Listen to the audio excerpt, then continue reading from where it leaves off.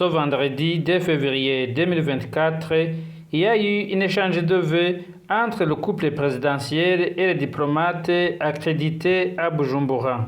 Après une chaleureuse salutation de tous les diplomates qui étaient présents dans ces cérémonies, le doyen en âge des diplomates accrédités à Bujumbura, Matayo Kyalingonza, ambassadeur de la République ougandaise au Burundi, a remercié le président de la République pour leur avoir trouvé un moment propice d'échange de vœux et a souhaité au nom de tous les diplomates au couple présidentiel le meilleur des vœux.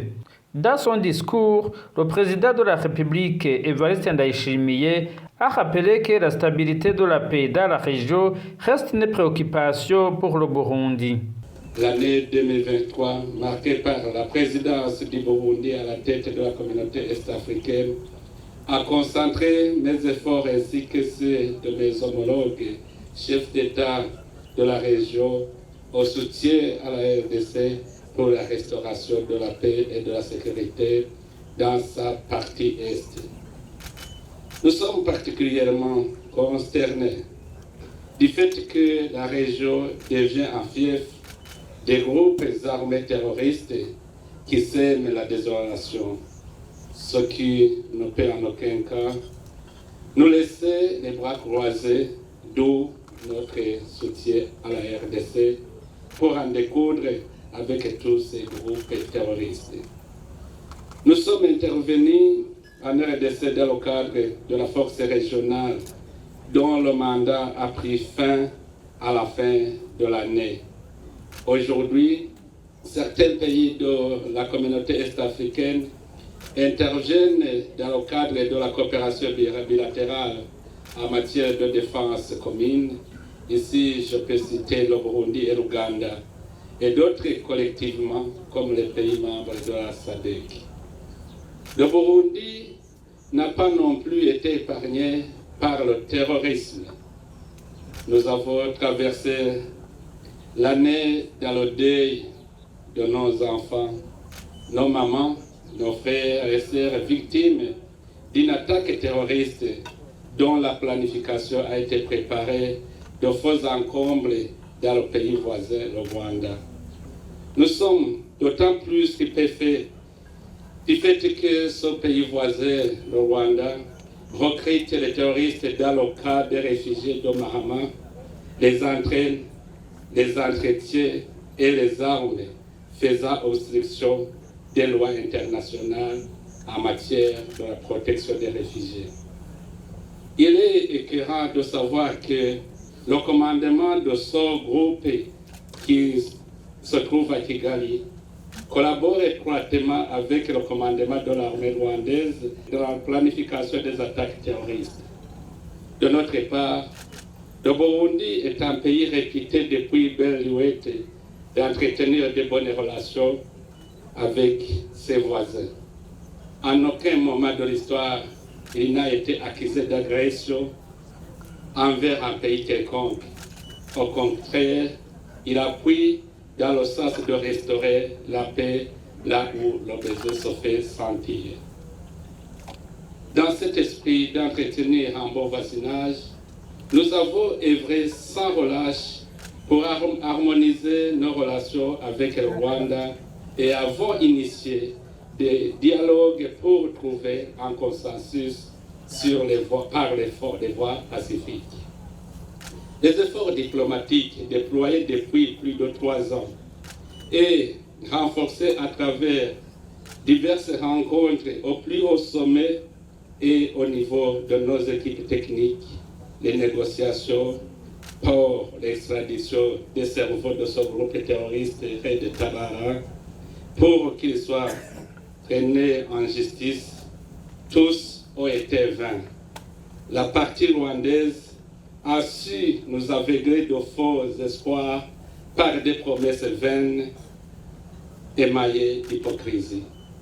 Aujourd'hui, nous vous tenons à témoin et nous vous invitons à joindre les vôtres pour s'opposer à la violation des prescrits de la Charte de l'Union africaine et l'accord cadre pour la paix, la sécurité et la coopération pour la RDC et la région.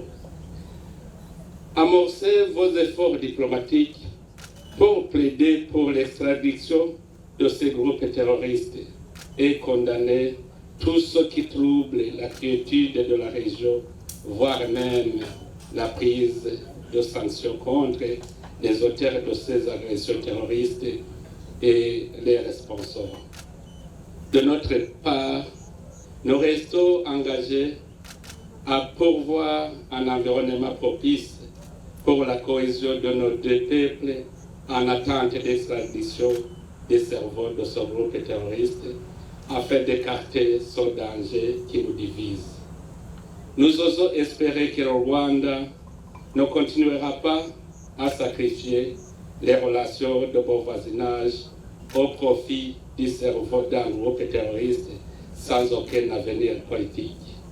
Le chef de l'État a demandé aux diplomates accrédités à Bujumbura de plaider pour des actions collectives pour faire face aux effets du changement climatique. Cette cérémonie d'échange de vœux surgit au moment où le Burundi, comme les autres pays du monde, subit de plein fouet les effets du changement climatique.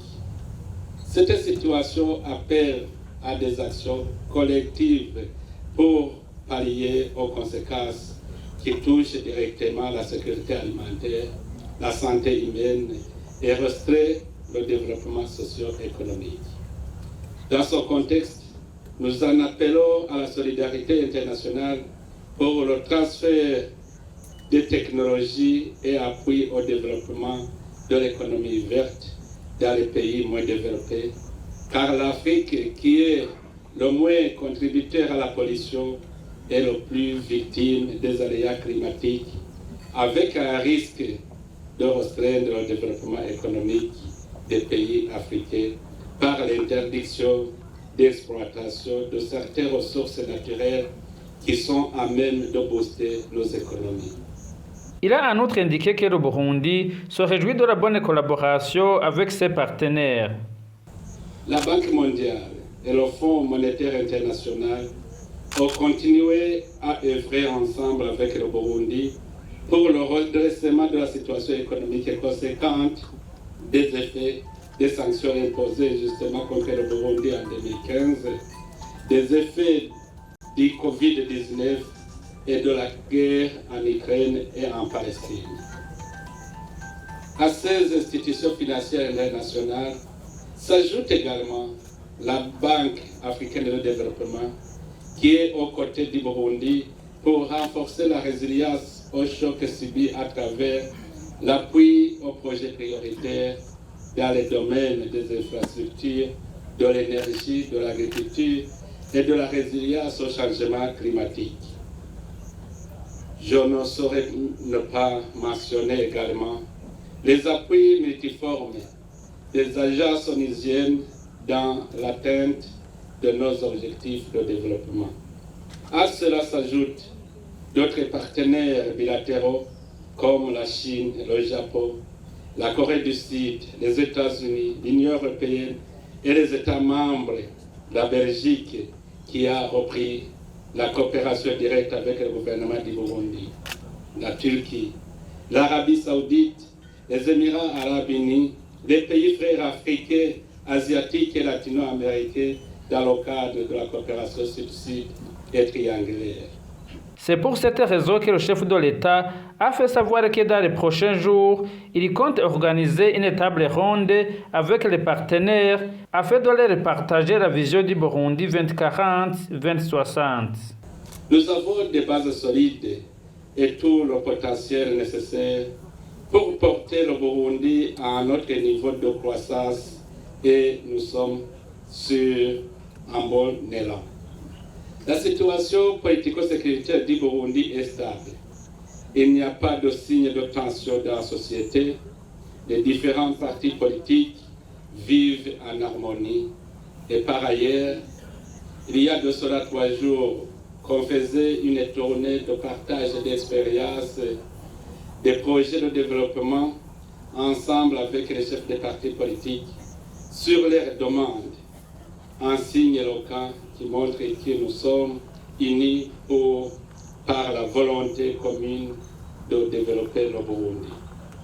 Les citoyens burundais ont compris que le seul ennemi qui nous guette est la pauvreté et le meilleur moyen de le vaincre, c'est de combattre ensemble par un dur labeur. Dans ce contexte, nous nous attelons particulièrement à fixer des bases solides de développement orientées vers la vision 2040-2060. Nous avons mobilisé tous les citoyens pour s'approprier de cette vision en commençant par le développement du secteur primaire et secondaire afin d'exploiter nos ressources naturelles et les transformer. Notre mot d'ordre reste que chaque bouche ait à manger et chaque poche ait de l'argent. Et cela n'est pas possible que quand nous sommes ensemble sous l'égide d'un gouvernement responsable et laborieux. Le peuple a compris qu'ensemble tout est possible. Cette synergie amène les citoyens à s'organiser en coopérative pour booster les secteurs porteurs de croissance, particulièrement le secteur agricole. Grâce à ces multiples efforts pour multiplier la production, nous parvenons à assurer la sécurité alimentaire à plus de 80%. Et nous sommes confiants que bientôt, on atteindra 100% et même au-delà.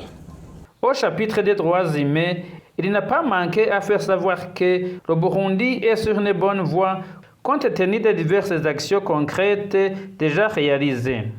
Le gouvernement du Burundi place au cœur de ses actions l'inclusivité et l'implication de tous, car nous partageons le même objectif.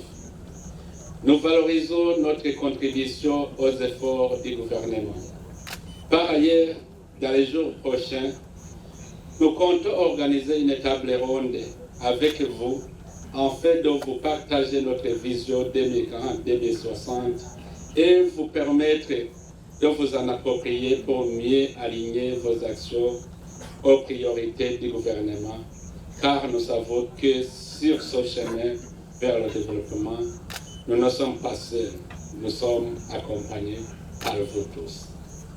En effet, après une analyse de l'état des lieux de la situation économique du Burundi, ses atouts et ses faiblesses, les projections prédisent qu'avec notre stratégie de développement, au plus tard, le Burundi sera un pays émergent en 2040 et développé en 2060.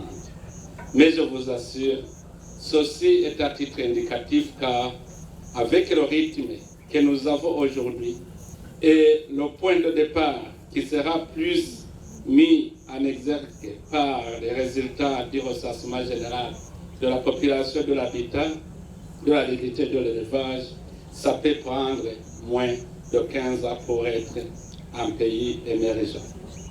Pour démarrer notre voyage vers l'atteinte de la vision 2040-2060, nous nous attelons jour et nuit à s'assurer que des mesures de bonne gouvernance pour la bonne gestion des finances publiques sont au fixe. Nous avons pris la lutte contre la corruption et les malversations économiques comme notre cheval de bataille et avons instauré plusieurs réformes pour assurer la discipline budgétaire. L'année passée a été également marquée par l'élection du Burundi au Conseil des droits de l'homme, ce qui témoigne à suffisance l'engagement du Burundi pour promouvoir les droits humains. Nous saisissons cette opportunité pour réitérer nos remerciements aux pays qui nous ont soutenus. En effet, nous bâtissons un État fondé sur une justice impartiale, efficace, respectueux des droits humains et soucieux de l'équité. C'est dans ce souci que le Burundi prévoit toutes les mesures juridiques nécessaires pour prévenir l'impunité de toutes les violations des droits humains, en ajout aux diverses conventions et pactes internationaux en matière des droits de l'homme déjà ratifiés par le Burundi. Les citoyens burundais jouissent des droits et libertés fondamentaux dans leur pays et ont des canaux de communication pour dénoncer toute violation de leurs droits. Aujourd'hui, au Burundi, nous pouvons témoigner que personne n'est au-dessus de la loi. Néanmoins, il regrette qu'il y a certains partenaires qui sont manipulés. Nous regrettons que certains partenaires soient manipulés et prêtent encore les oreilles aux détracteurs qui veulent le mal au Burundi depuis 2015. Au lieu de se fier à ce qu'ils voient eux-mêmes sur le terrain, qui se reflètent par ailleurs par les rapports du gouvernement, ils s'appuient sur des fausses informations pour produire des faux rapports à leur capital, quitte à prendre des mesures négatives contre le Burundi. Ce sont les mêmes qui, pour des fins politiques, continuent à vilipender faussement le Burundi dans les sessions des droits de l'homme de Genève. Nous vous demandons, en tant que témoins oculaires et auriculaires, de ce qui se passe dans notre pays, d'être des témoins honnêtes et sages, capables de dire la vérité sur le Burundi. Une personne de bonne foi ne peut pas nier cette vérité.